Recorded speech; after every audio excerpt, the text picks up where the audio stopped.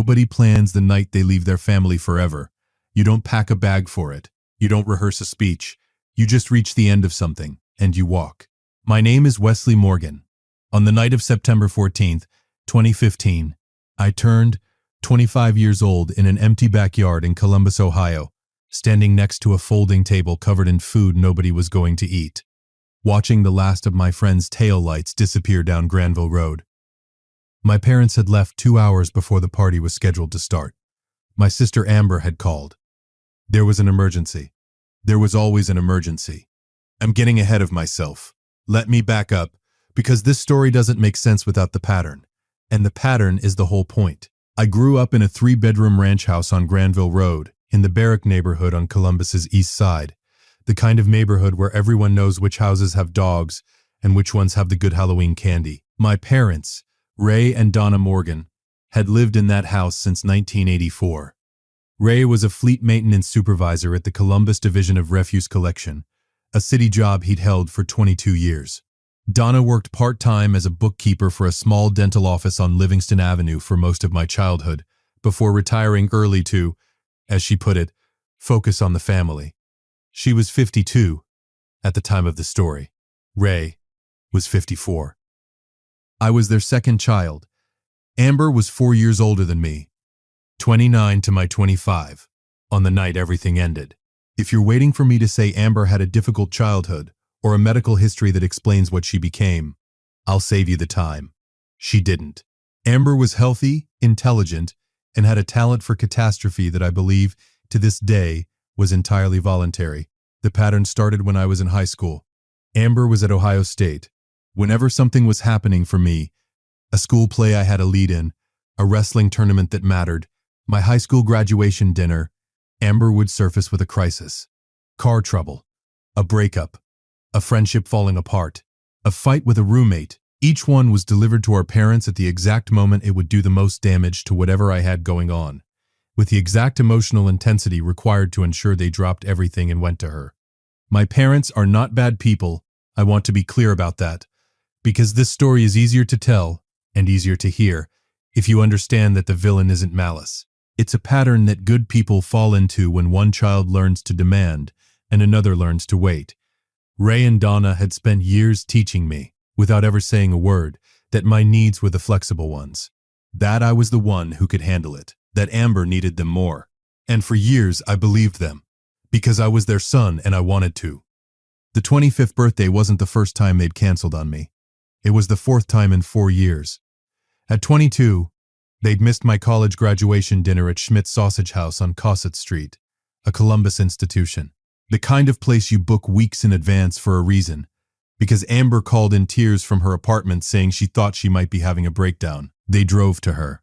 I sat at a table for 6 with 3 empty chairs and tried to explain to the waiter that we'd need to cancel 2 of the entrees.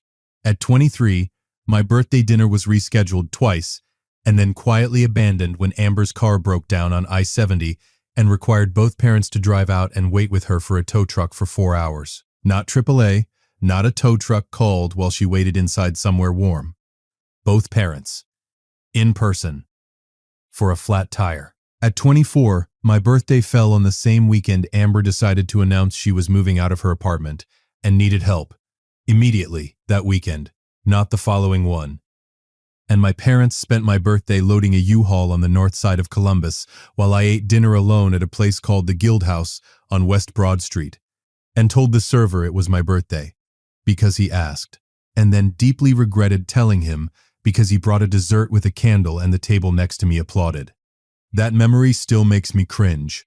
The lone applause, the strangers smiling at the man eating birthday cake alone. By the time September 2015 arrived, I had learned to keep my expectations calibrated. I had organized the party myself. 30 people, a backyard setup on Granville Road, a cooler full of beer and a grill I'd borrowed from my neighbor Phil. I had not asked my parents to do anything except show up at 6 o'clock. Just show up. That was the whole ask. Amber called at 4:45. I was in the kitchen cutting limes when I heard my mother's voice change in the living room. That particular shift, from normal conversation to the soft, urgent register of a woman managing a crisis, was a sound I had been hearing my entire life and could identify with the accuracy of a smoke detector. I walked to the doorway. Donna was on the phone, hand pressed to her sternum the way she did when she was genuinely worried. Ray was already standing up, keys in hand, reading his wife's face. "What happened?" I asked. Donna held up one finger, the universal signal for not now, and kept talking into the phone. Ray looked at me. He had the expression of a man who knows what he's about to do and knows it's wrong and is going to do it anyway. "It's Amber. She says she's not doing well. She sounds bad, Wes." "She sounds bad," I repeated. "She's alone over there. She has a phone. She can call a friend. She can call a hotline. She can call the non-emergency medical line." My voice was level. "She can do any of those things. You don't have to go. Wesley, my party starts in an hour and 15 minutes. "I know." He said it quietly, with genuine regret, and in that moment I believed the regret was real. "I know, son. But she's your sister." Donna came off the phone. "We're going to go check on her. We won't be long. You'll be gone all night." She flinched. "That's not fair." "Which part?" I asked. "The prediction or the birthday?" Neither of them had an answer. They were out the door by 5. The party happened without them. 30 people showed up, and I want to be clear, it was a good party. My friends are good people. My college roommate Derek brought a playlist and kept the energy up. My friend Jenna from work brought a cake she'd made from scratch with chocolate buttercream frosting. People laughed. The grill was busy until 9. Nobody mentioned my parents' absence out loud. "Which is the particular kindness of people who know you well enough to know what you don't need," said. But I knew, and they knew I knew. By 10:30, the last guests had gone. I cleaned up alone. I folded the tables. I hauled the cooler back to the garage. I threw away the leftover food and washed the serving dishes and stood at the kitchen sink looking out at the empty backyard. My phone had 4 texts from my mother, updates from Amber's apartment, each one designed to communicate how serious the situation was. She was really struggling tonight. I'm glad we came. She needed us. Not a single word about my birthday. No happy birthday. No how did it go. Nothing. I stood at that kitchen sink for a long time, and somewhere in that silence, something shifted. Not loudly, not dramatically, just settled, like a decision that had been forming for years finally finding its shape. I dried my hands. I went to my room. I packed a bag. Not everything, just enough. 2 weeks worth of clothes, my laptop, my documents, birth certificate, social security card, the folder of things you need when you're starting over. I had $2,400 in my checking account and a standing job offer from a logistics company in Cincinnati I'd been sitting on for 3 weeks, unable to decide. I decided. I left a note on the kitchen table. It said, "I'm not angry. I'm just done waiting. Don't look for me right away. I need time. Wes." I drove out of Columbus at 11:47 p.m. on September 14th, 2015, the night of my 25th birthday. I didn't know it yet, but it would be 9 years before I sat at a table with my parents again. Cincinnati is 80 miles from Columbus on I-71 South. I was there in under 90 minutes. I had called ahead about the job, a logistics coordinator role at a mid-size freight company called Hargrove Distribution on Reading Road in the Norwood neighborhood, and started the following Monday, September 21st, 2015. I rented a room in a shared house on Marburg Avenue in Hyde Park, a quiet, established neighborhood of brick streets and mature trees on the east side of Cincinnati. From a 40-year-old nurse named Carol, who had 2 other housemates and a strict no-drama policy that I found genuinely refreshing. I told Carol I was starting over. She handed me a key and told me the recycling went out on Thursdays. I did not call my parents for 6 weeks. When I finally did, on a Sunday evening in late October, the conversation was short and careful. My mother cried. My father asked if I was okay. I told them I was fine, that I had a job and an address, and that I needed them to understand something. I was not coming back to the dynamic we'd had. I wasn't asking for an apology yet. I was asking for distance while I figured out what, if anything, our relationship could look like going forward. My mother said, "This is because of Amber. This is because of a pattern." I told her. "Amber is part of it. So are you and Dad. I'll talk more when I'm ready. I hung up. I went back to my room on Marburg Avenue. I made tea and sat at the small desk by the window and listened to the neighborhood. The sound of Hyde Park on a Sunday evening, quiet and unhurried, entirely unrelated to anything that had happened on Granville Road. I didn't know it yet, but the version of Amber's emergencies that my parents had been seeing and the version that was actually happening were two very different things, and it would take 3 more years before anyone in my family admitted the difference out loud. Building a life from scratch at 25 is both harder and simpler than people tell you. Harder because you're doing it alone. Simpler because nobody is canceling your plans. The first year in Cincinnati was about stability. The job at Hargrove Distribution was entry-level, coordinating freight schedules, managing carrier communications, tracking shipments across a 6-state corridor. It was not glamorous. It was organized, logical, and completely absorbing in the way that useful work always is. My supervisor, a 44-year-old former truck driver named Gary Sutton, had the management style of a man who had driven through enough bad weather to stop wasting time on things that didn't matter. He told me in my first week, "Show up on time, don't make the same mistake twice, and tell me when something's wrong before it becomes my problem."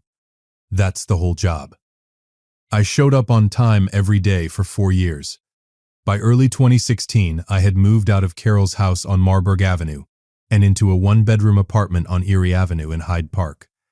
A pre-war building with good bones, tall windows, and a landlord named Stewart who fixed things the same week you reported them, which I had come to understand was genuinely rare. I bought furniture. Not much. A bed, a couch, a kitchen table for 2 that I mostly used for 1. But mine. I called my parents once a month. The calls were short. 15 minutes. No more. I asked about their health. I did not ask about Amber. They, to their credit, stopped volunteering information about Amber after the 3rd call, when I'd responded to an update about her latest situation with a silence so complete that my mother had audibly recalibrated. Amber herself called me twice in 2016. I let both calls go to voicemail. The messages were long and emotional, and contained in each case both an apology and a request. The apology was for general, unspecified behavior in the past, and the request was for my mailing address, or my email, or just a conversation, just once. She missed her brother. I didn't respond to either one. I want to be honest about what that felt like, because I think people expect it to feel powerful. It didn't. It felt like holding something very heavy in very still hands. In the spring of 2017, something happened that changed my understanding of the whole picture. I had stayed in loose contact with a family friend, a woman named Barbara Holt, who had lived 3 houses down from us on Granville Road for as long as I could remember. Barbara was 63, a retired high school counselor, and the kind of person who noticed things other people walked past. She had watched me grow up. She had been at the parties Amber disrupted. She had, I learned later, formed opinions she'd kept carefully to herself for years. Barbara found my email address through an old mutual contact and wrote me a message in March 2017. She said she'd been thinking about me since I left Columbus, and that she wanted to share something, not to stir things up, but because she believed I deserved to know. She told me that in the year since I'd left, she had spoken several times with my mother, Donna, and that Donna had confided something that Barbara felt crossed from private family matter into something I should hear. Amber had never been in crisis on those nights. Not the night of my 25th birthday, not the graduation dinner, not the birthday dinner reschedules. Barbara had sat with my mother over coffee on 3 separate occasions in late 2015 and 2016 and listened to Donna slowly, haltingly, begin to acknowledge something she'd been refusing to look at directly, that Amber had manufactured the emergencies. That Donna had known, at some level, for years, that she had gone anyway, every time, because saying no to Amber's distress, real or performed, felt more immediately impossible than saying no to me, because I never fell apart when they let me down. That was the whole equation. That was the entire thing. I was the one who didn't fall apart, so I was the one who got left. I sat with Barbara's email for 3 days before I responded. When I did, I thanked her. I told her I wasn't surprised. Exactly. more that hearing it confirmed something I'd felt in my bones for 15 years but had never been able to prove. I asked her one question. Did my father know? She wrote back within an hour. Ray knows. He's known longer than your mother has admitted it. I think that's the harder part for him. I want to pause here and talk about something this story is really about, because underneath the birthdays and the canceled dinners and the 9 years of distance, there is a psychological dynamic that plays out in families all over the country. And it has a name. It's called the parentified child, or, in its sibling relationship equivalent, the invisible child. It's what happens when one child in a family learns, through repeated experience, that their emotional needs are the negotiable ones, that they are strong and therefore don't require the same management. That being low maintenance is not a compliment but a sentence. The other child, in this case Amber, learns the opposite lesson. That distress, whether real or performed, is a reliable currency for attention and resource. Neither child consciously chooses this. It gets built, brick by brick, through thousands of small moments where parents make the easier choice in the short term without seeing the cost in the long term. My parents were not cruel. They were conflict avoiders who had been slowly trained by one daughter's escalating demands and one son's learned silence. The tragedy isn't malice. It's the pattern that good, loving people fall into when nobody stops to audit what they're actually doing. Barbara's email gave me language for something I'd felt my whole life. That language mattered more than I expected. By 2019, 4 years after leaving Columbus, I had been promoted twice at Hargrove Distribution. I was now a regional operations manager, overseeing freight coordination across Ohio, Kentucky, and Indiana. I had a team of 6. I had a salary that made my 25-year-old self's $2,400 checking account look like a down payment on a lesson. I had also, somewhere in those 4 years, become a person I recognized. Not just a person in reaction to my family, not just the kid who left, but someone with a life that was entirely, unambiguously his own. I had a group of close friends in Cincinnati. Derek, who'd moved from Columbus in 2017 for a job at a tech startup in Blue Ash, and a handful of people I'd met through a recreational soccer league at Lunken Athletic Complex out on Kellogg Avenue. I had a routine I liked, a neighborhood I knew, a city that had no memory of me as anyone's overlooked son. My calls with my parents had lengthened gradually. By 2019, they were 30 minutes, sometimes 40. My father and I had found our way back to something easier. He'd ask about work, I'd ask about his garden. We'd talk about the Bengals with the weary affection of two men who had chosen suffering as a sports loyalty. We had not, in 4 years, discussed Amber's fake emergencies directly. We had arrived at an unspoken détente. I would remain in their lives, carefully, at a distance, and the subject of what had happened would not be opened until someone was ready to open it fully. I didn't know it yet, but someone was about to be ready.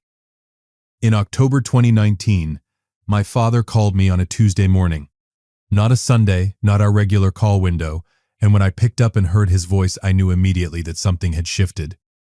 "Can I come see you?" Ray asked. No preamble, just me. "I'll drive down Saturday. I need to talk to you in person, Wes. It's time." He drove down on Saturday, October 19th, 2019. I met him at a diner called The Echo on Madison Road in Hyde Park. A neighborhood institution, the kind of place with red vinyl booths and coffee that comes in a bottomless ceramic mug and nobody rushes you. We ordered eggs. We drank too much coffee. And my father, Ray Morgan, fleet maintenance supervisor, City of Columbus, 26 years of service, a man who expressed love primarily through showing up and fixing things, looked at me across a diner booth in Cincinnati and told me the truth. "I knew what Amber was doing," he said. "Not every time, but most times." He wrapped both hands around his coffee mug. "I told myself it was easier to go to her, that you'd be fine, that you were always fine." His jaw tightened. I told myself that so many times I started to believe it was a compliment. The diner was warm and quiet around us. A couple in the next booth was sharing a newspaper. Someone's toast popped up at the counter. "I let you down, not just that night. A lot of nights." He looked up. "I don't expect you to say it's okay. I just needed you to hear me say it wasn't." I had been waiting for those words, in one form or another, for 9 years. And when they came, they didn't feel like victory. They felt like grief, like finally being allowed to grieve something I'd been holding at arm's length. I didn't say it was okay. I told him I heard him. I told him it mattered that he'd said it. And then I told him what I'd needed him to understand for 9 years. That I hadn't left because I hated them. I'd left because I loved myself enough to stop participating in something that was slowly erasing me. He nodded. He stared at his coffee. He said, "That's fair." We sat in that diner for 2 hours. We didn't solve everything. You don't solve 20 years of family dynamics over eggs and bottomless coffee on a Saturday in Hyde Park. But something moved. Something that had been locked shifted in its frame. I drove him back to his car. And we stood on the sidewalk on Madison Road in the October afternoon, and he hugged me. The kind of hug that Ray Morgan didn't give easily. Short and tight and meaning more than a longer one would have. "I'll work on your mother," he said. "She's getting there. She's just slower." "I know." I told him. "I'm not going anywhere." There's a version of this story that ends with a dramatic confrontation, shouting, tears, ultimatums, everyone in the same room finally saying the things that needed saying at full volume. That version would be more satisfying to watch. What actually happened was quieter, and I think it was better. After Ray's visit in October 2019, the calls between us became different. Fuller, more honest. My mother joined the calls more consistently, and while Donna and I moved toward each other more slowly than Ray and I had, we moved. She was 56 by then, and there was something in her voice. A tiredness. Not the dramatic kind, but the kind that comes from carrying a version of events that no longer held up. That told me she was doing her own accounting. Amber, meanwhile, had been doing the most important thing she could have done for my eventual return to the family. She had been dismantling herself, slowly and publicly, in ways that were impossible for my parents to explain away. In 2018, Amber had borrowed $4,000 from Ray and Donna for a car repair, she said. The car, as it turned out, had been repossessed 8 months earlier. The money went somewhere else. Ray found out in early 2019 when a collections notice for the original car loan showed up at the Granville Roadhouse because Amber had still been using it as her address. In early 2020, Amber called my parents in the middle of the night from a bar in Gahanna, a suburb northeast of Columbus, saying she'd been stranded. Ray drove out. When he got there, Amber was not stranded. She was fine. She was, by Ray's account, surprised to see him. She had apparently called both her parents and 2 friends and gone with whoever arrived first, and my father, who had driven 40 minutes in January at 2 in the morning, was not the one she'd been hoping for. He drove home alone. He called me the next morning, which is how I know about it. He didn't say anything dramatic. He just said, "I think I'm finally seeing it, Wes." "I know, Dad. I'm sorry it took this long." "Yeah," I told him. "Me too." By 2022, I was 32 years old, 7 years out of Columbus, regional operations manager at Hargrove, recently promoted to director of logistics for the Ohio-Kentucky-Indiana corridor. I had moved from the Erie Avenue apartment into a 2-bedroom house I'd bought on Linwood Avenue in Hyde Park. A 1940s brick colonial with a deep backyard and original hardwood floors that I'd refinished myself over 3 weekends in June. The refinishing floors detail is important. You'll understand why in a moment. My parents had started driving down to Cincinnati twice a year, once in spring, once in fall. We'd have dinner, walk around Hyde Park, go to a Reds game at Great American Ballpark on Joe Nuxhall Way downtown if the timing was right. These visits were comfortable in the way that rebuilt things are comfortable, not frictionless, but genuinely warm, with the earned quality of 2 people who chose to keep showing up after the easy reasons were gone. Amber and I had not spoken since the voicemails in 2016. That changed in April 2023. She called on a Tuesday evening. I answered, not because I was ready necessarily, more because I had decided somewhere in the preceding months that I was tired of the weight of not answering, that I could pick up the phone and listen without it meaning anything I didn't want it to mean. Amber's voice was different from what I remembered, quieter, less performance in it. "I know you probably don't want to talk to me," she started. I answered. I pointed out. A pause. Then, almost despite herself, a short exhale that might have been a laugh. "You did." Another pause. "I've been seeing a therapist. For about 2 years, and she's asked me a lot of questions about you, about us, about the things I did. Her voice steadied itself. I'm not going to list everything. I don't think you need to sit through a list, but I want to say, and I mean this without any expectation attached to it, that what I did to you, the pattern of it, the birthdays, all of it, it was real. It was deliberate. Not always consciously, but it was a choice I kept making. And you deserved better. No request at the end, no ask. Just the thing itself. I sat with it for a moment. I appreciate you saying that. I don't expect. I know you don't. That's why I'm still on the phone. We talked for 40 minutes. Not a reconciliation. Not yet. Not in one call. But a beginning of something honest, which was more than I had expected to feel with Amber in my lifetime. In September 2024, my parents came down for my 34th birthday. Ray was 63. Donna was 61. They drove down on Friday evening in Ray's truck, and I made dinner. Grilled chicken, corn on the cob, the good coleslaw from the recipe my mother used to make when I was a kid and had asked her to send me years ago. We ate on the back deck of the Linwood Avenue house, the three of us. In the September evening, the backyard was lit with string lights Derek had helped me put up the previous summer. The refinished floors caught the light from inside and glowed through the back door. Donna looked at the house, really looked at it the way you look at a place that has become someone and reveals them. And her eyes got bright. She didn't cry. She was a woman who had done most of her crying privately, I suspected. But her voice was soft when she spoke. You built something real here, Wes. Yeah, I told her. I did. Ray looked at me from across the table. He raised his bottle of beer. No speech. Just that. I raised mine. Here's what I want you to take from this story, because this isn't really about birthdays, and it isn't really about a sister who manufactured crises for attention, and it isn't really about parents who made the easier choice too many times in a row. It's about what happens when you stop waiting for the people who should have chosen you to choose you and start choosing yourself instead. Leaving wasn't a power move. It wasn't revenge. It was survival. It was a 25-year-old man standing at a kitchen sink at midnight on his birthday, recognizing, finally, that he had been the flexible one his entire life, and that flexible was not the same as okay. That being the one who could handle it was not the same as being the one who didn't need anything. The 9 years were not wasted. I need you to hear that clearly. Every year of those 9 years was mine. Fully mine. I built a career and a neighborhood and a life that nobody could cancel. Nobody could call with a fake emergency and make it stop. It was just mine. And from that foundation, from having something that was fully mine, I could eventually afford to let my family back in.